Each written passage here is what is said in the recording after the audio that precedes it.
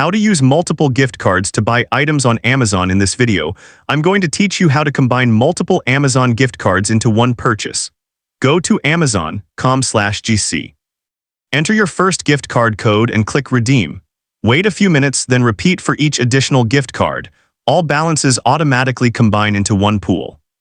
Go to your account and click Gift Cards. You'll see your total combined balance. Add items to your cart and proceed to checkout. On the payment page, select Use Gift Card Balance. Amazon automatically applies your entire gift card balance to the purchase. If your purchase costs more than your gift card balance, add a credit or debit card.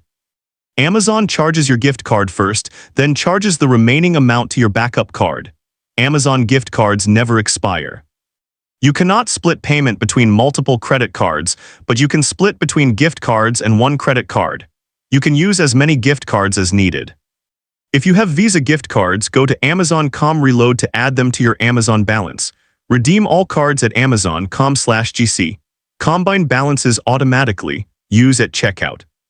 Add backup payment if needed. That's it. If this helped you, please like and subscribe. Comment below and tell me how many gift cards you're combining. Thanks for watching.